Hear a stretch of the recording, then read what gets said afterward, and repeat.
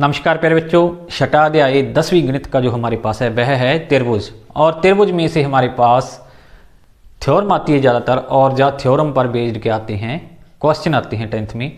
तो हम यदि देखें इसमें पहली जो थ्योरम है हमारे पास मोस्ट इंपोर्टेंट थ्योरम है आधारभूत समानुपातिकता प्रमेय। तो आधारभूत समानुपातिकता प्रमेय का कथन क्या है, इसकी स्टेटमेंट क्या है, पहले हम ये पढ़ लेते हैं।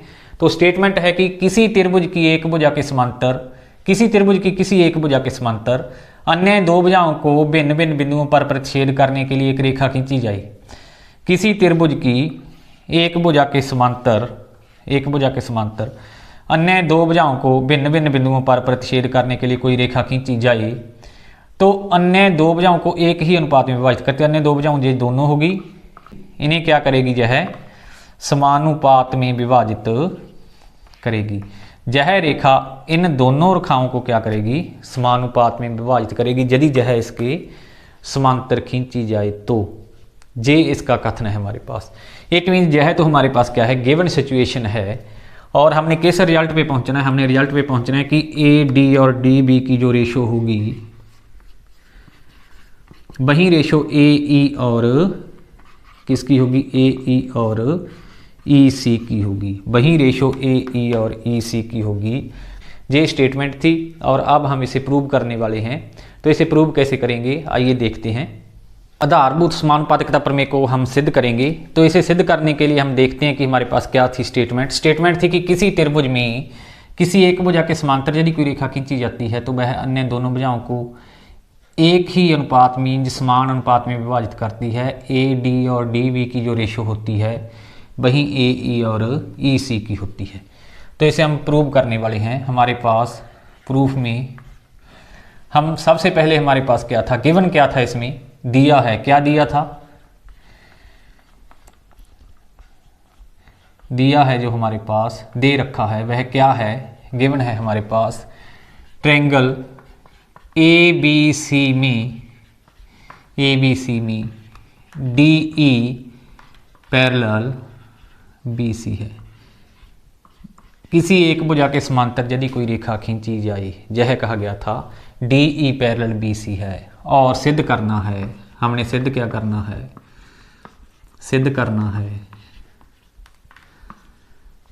हमने सिद्ध करना है कि जो रेशो है अन्य दो भुजाओं को समानुपात में यह विभाजित करती है।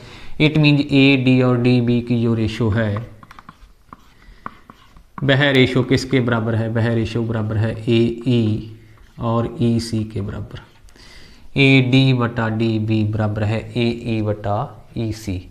और कंस्ट्रक्शन, अब हम अपनी जो रिजल्ट है उसे प्रूव करने के लिए अपने आप पास से कुछ रचना करेंगे। उस रिजल्ट तक पहुंचने के लिए रचना कर ली हमने, क्या, डी कोमा सी व बी कोमा ई को मिलाया। हमने पहले क्या किया,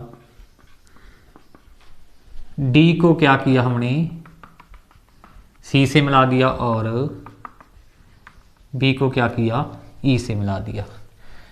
और इसके अतिरिक्त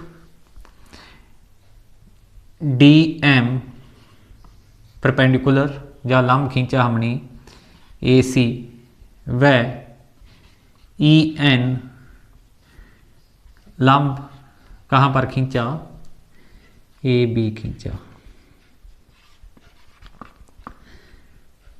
जहाँ पर हमने क्या किया, ई एन था जो वो तो हमने लंब खींच लिया किस पे, डी एम लंब हमने खींचा डी एम, जहाँ से एक शीर्ष लंब खींच लिया जिसका नाम क्या है डी एम। और ई से जहाँ पर एक शीर्ष लंब खींच लिया जिसका नाम हमने क्या रख दिया, ई एन। ये हमने रचना में कर लिया, ये कंस्ट्रक्शन में कर लिया। अब हमारे पास अब प्रमाण क्या हैं, सबूत क्या हैं अपनी उस रिजल्ट को प्रूव करने के लिए, यदि हम देखें अब प्रमाण में हमारे पास एरिया ऑफ ट्रायंगल यदि मैं लिखूं किसका, ए डी ई का क्या होगा, ए डी ई, और इसकी रेशियो मैं किसके साथ लूं, area of triangle D E B, इसमें होगा 1/2 गुणा में बेस बेस क्या है इसमें ए डी, और गुणा में हाइट या शीर्ष लंब क्या है ई एन, गुणा में ई एन, और इसमें क्या होगा 1/2 गुणा में इसका बेस, बेस क्या है बी डी, और ई शीर्ष से बी डी के आगे बढ़े हुए भाग पर एक शीर्ष लंब पता है हमें ई एन, इट मीन यह ऊंचाई इसकी भी है ई एन है, जो बी डी ई ट्रायंगल की भी ऊंचाई है, इस साइड को आगे बढ़ाया गया है, ई से शीर्ष लंब है, इट मीन जो ऊंचाई है इसकी। तो इसको यदि मैं कैंसिल कर दूं, इट मीन यह किसके बराबर आ जाता है ए डी बटा बी डी। इसी प्रकार से यदि मैं लिखूं कि एरिया ऑफ ट्रायंगल किसका ए डी ई बटे में एरिया ऑफ ट्रायंगल, अब मैं ये ट्रायंगल लेके चलूंगा डी ई सी, जहाँ पे डी ई बी ली थी, जहाँ पे डी ई सी, इसमें 1/2 अब दूसरा बेस लेके चलेंगे ए ई, और जहाँ से शीर्ष लंब कौन सा है डी एम। इसी प्रकार से इस ट्रायंगल पे डी ई सी पे जो बेस है, यदि ई सी है तो इसी के आगे बढ़े हुए भाग पर डी से एक ऊंचाई का पता है हमें शीर्ष लंब का डी एम, इट मीन इसका क्या होगा 1/2 गुणा में ई सी गुणा में D M, J cancel J cancel J cancel J cancel, it mean A E बटा ई सी।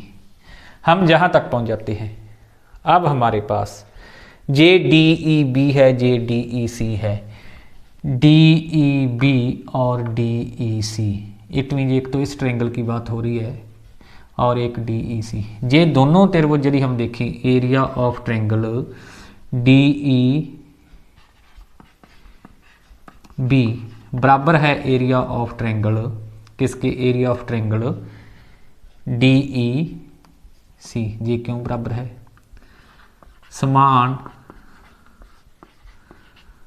समांतर रेखाओं के मध्य एक ही आधार पर बने त्रिभुज,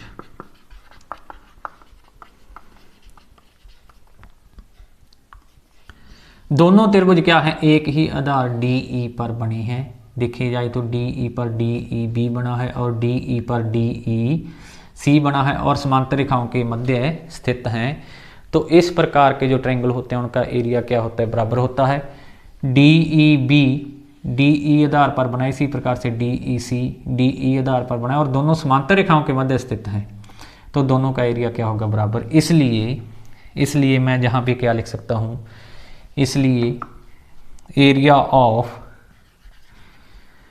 ए डी ई बटे में area of triangle D E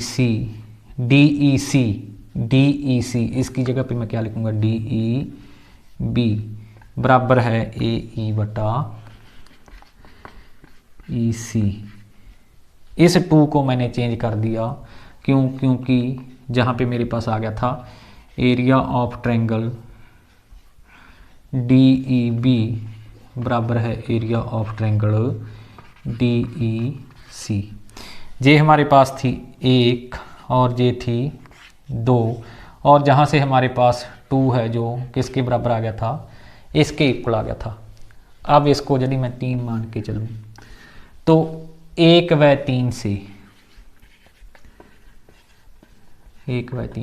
A D E बटा D E B equal to A D E B इसके इक्वल है और जहाँ पे इसके इनकी राइट हैंड साइड है जो वो इक्वल हो जाएगी। इट मीन ए डी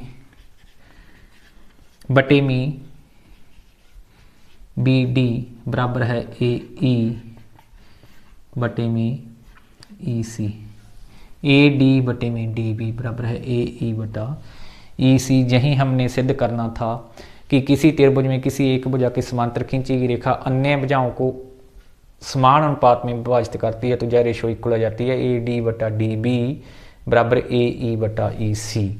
तो इस थ्योरम को आप इस प्रकार से कर सकते हैं।